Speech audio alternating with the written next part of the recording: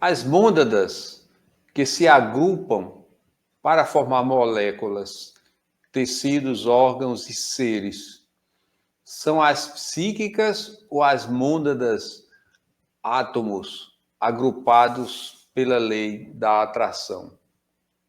A lei da atração é uma lei que rege as estruturas atômicas, subatômicas, e, evidentemente, elas compõem moléculas que vão compor depois, na sua estrutura mais complexa, tecidos, órgãos, né?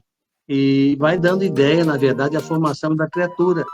E aí começa a formar células básicas, nas células procariontes, as células eucariontes, dando origem também, no início, da formação dessa sopa cósmica, no caso especificamente da Terra, a formação das estruturas unicelulares no fundo dos mares, né?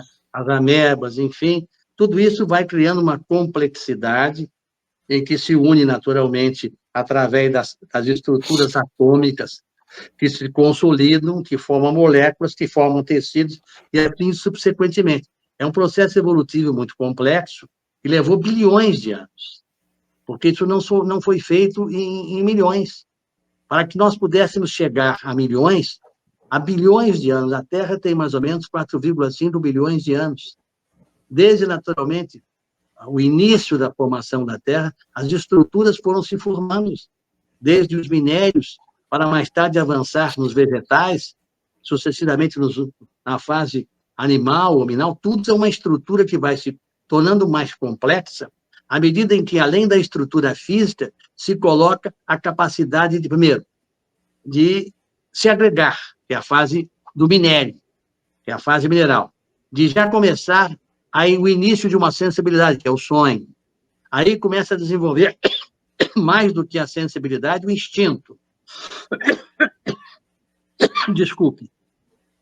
Para mais tarde, da estrutura atômica, da estrutura molecular, que deu origem ao sentimento, a formação de órgãos e tecidos que dá origem ao instinto, que mais tarde soma tudo isso, átomos, moléculas, tecidos, órgãos, sentimentos, o instinto transformado em racionalidade. Que aí começa a aparecer a fase hominal, que até o princípio do Homo sapiens sapiens ainda tinha muito de instintivo. Então, o que nós queremos dizer é que tudo isso, em milhões de anos, foram se sucedendo através de ensaios, não só biológicos, mas ensaios fora da Terra,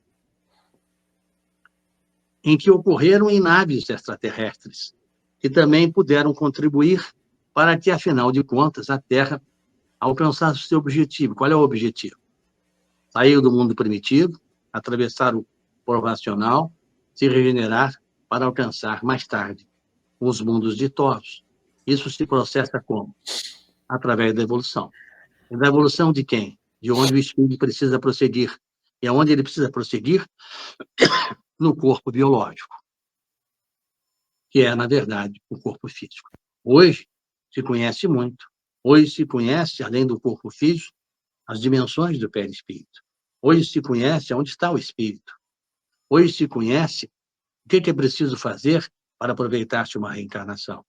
O que é preciso fazer para adquirir uma contabilidade com créditos. Mas o que é preciso fazer para desintegrar-se da matéria física e alcançar, do ponto de vista espiritual, o passaporte às esferas de luz. Então, tudo isso começou no início e, de acordo com a complexidade, foi se organizando para que fosse possível chegar-se à dimensão do que hoje é a oportunidade para que o homem físico do hoje, com os avanços tecnológicos que possua e através do que ocorrerá daqui para frente, com a manipulação genética da medicina, a transformação da criatura num novo ser, uma nova raça, com modificações genéticas, estruturais, morfológicas, na sociedade também como um todo.